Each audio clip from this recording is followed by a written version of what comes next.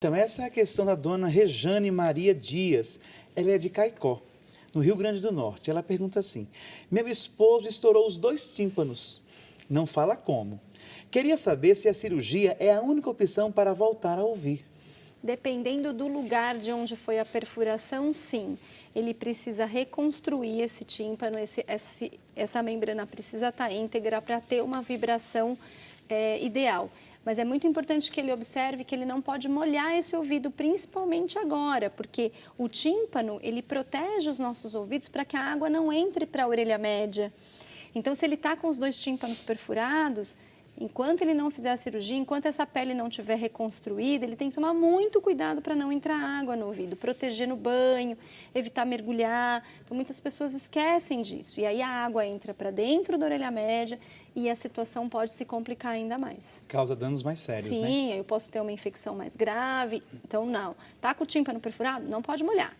Nem criança, nem adulto. Doutora, eu tenho aqui uma pergunta muito interessante e ela vai ao encontro daquilo que a senhora falava, onde as pessoas têm ou apresentam algum preconceito com detectar o problema auditivo. A dona Ana Barbosa, ela é de Guaçuí, no Espírito Santo.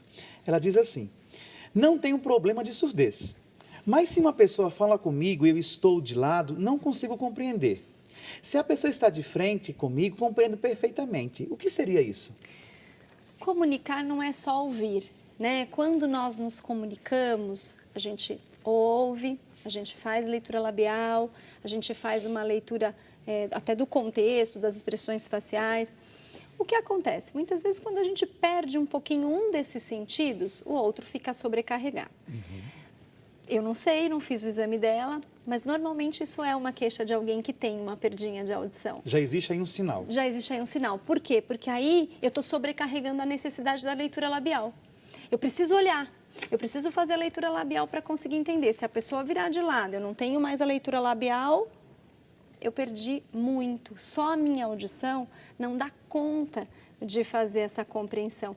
E às vezes é uma perda pequena, né? Não é nada grande, mas já prejudica. Então, as pessoas que têm esse tipo de situação já podem procurar uma assistência médica. Já devem procurar uma assistência médica. Sem preconceito, né? Eu acho que é para melhorar a qualidade de vida. Isso Claro, que é porque importante. é para o bem-estar, né? Sim. Para o nosso bem-estar. E aqui temos mais perguntas, doutora.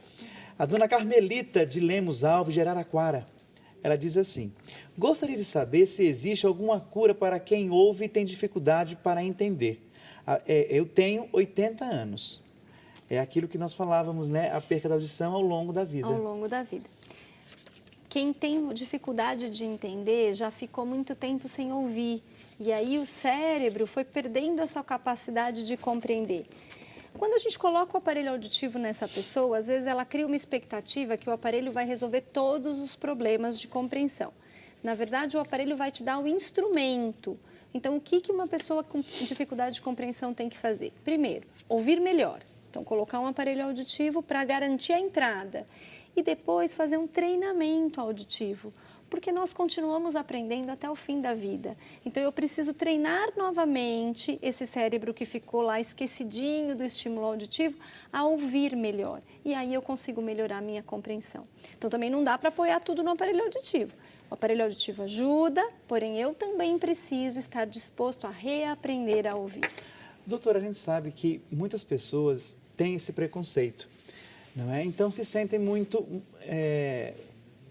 humilhadas, talvez, ou então um mal-estar muito grande em introduzir um aparelho auditivo.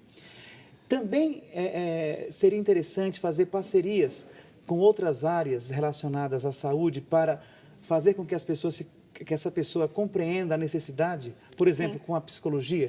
Sim, muitas vezes a gente usa, né, do profissional psicólogo, é extremamente importante. Muitas vezes não é nem só para o paciente aceitar, às vezes para a família aceitar, né, porque o paciente às vezes até aceitou, mas ele tem um filho que fala: pai, mas você não vai na festa comigo com esse aparelho auditivo. E ele tem que entender que é dessa forma que ele consegue se comunicar.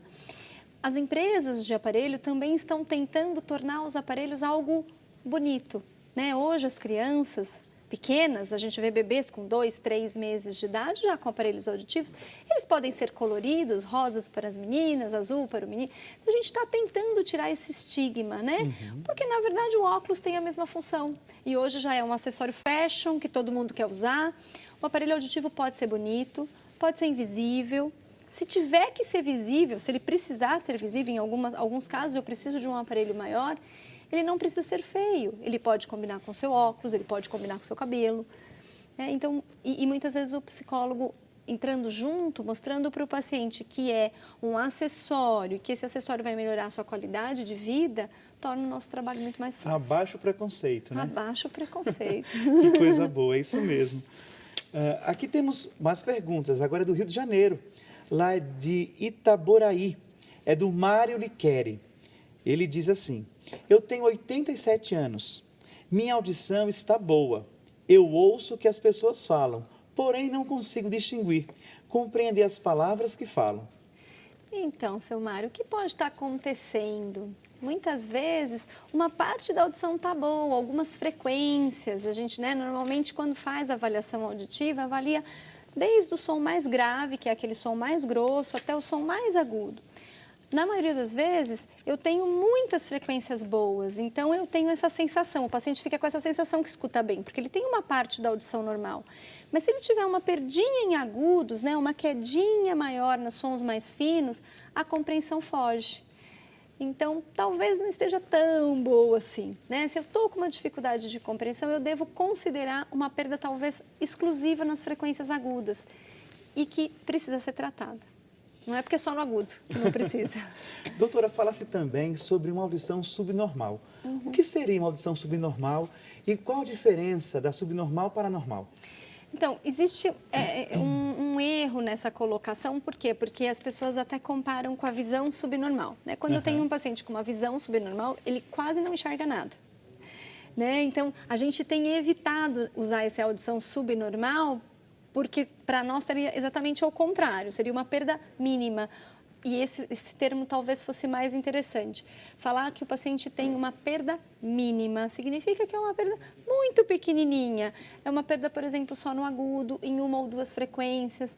Porque a audição subnormal para a gente, ela tem exatamente o sentido contrário do que ela teria na visão. Então, gera um pouquinho de confusão.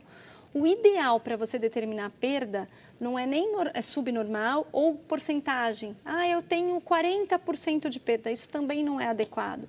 O ideal é a gente falar graus. A minha perda é mínima, é leve, é moderadamente severa, é severa ou é profunda. Então, tem muitos graus de perda auditiva. Graus. Doutora, no início a senhora falou, não é sobre a lei, não é que detecta a perda auditiva das crianças, Então, desde a mais tenra infância, a criança ela pode ser ajudada nisso daí. Então, existe aparelhos para recém-nascidos? Sim, nós colocamos aparelhos assim que a perda for diagnosticada. Então, a gente já teve a felicidade de colocar aparelho com 30 dias, com 40 dias. E a gente observa que o desenvolvimento dessa criança é maravilhoso. Com 1 ano, ela está falando as primeiras palavras. Com 2, ela está formando frases. É lógico que não é só o aparelho. Existe todo um trabalho em conjunto com o aparelho. Terapia fonoaudiológica, acompanhamento familiar, muitas vezes acompanhamento psicológico, pelos problemas envolvidos na dinâmica da perda auditiva. A família também é um suporte muito grande para essa criança, A família é a chave fundamental. E qual o comportamento de uma família frente a uma criança que tem um crescimento e tem esse probleminha auditivo?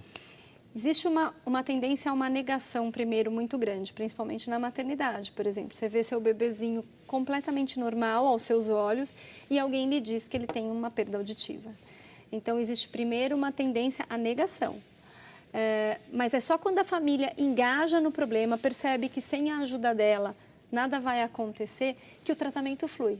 Então, a mãe precisa superar esse período. Então, na verdade, é uma ajuda mútua. É uma ajuda mútua. Que coisa boa. Nós estamos aqui com o nosso vídeo de saúde hoje tratando sobre a prevenção à surdez. Vamos para um breve intervalo e voltamos daqui a pouco com a doutora Elaine Soares. Quando você detectar detectar ou sentir algum tipo de dor no ouvido ou secreção, procure um médico especialista, no caso o otorrinolaringologista. Nunca se utilize de medicamentos em casa, nunca faça automedicação, porque essa automedicação e o uso excessivo de medicamentos sem indicação médica, ele também pode afetar a nossa audição.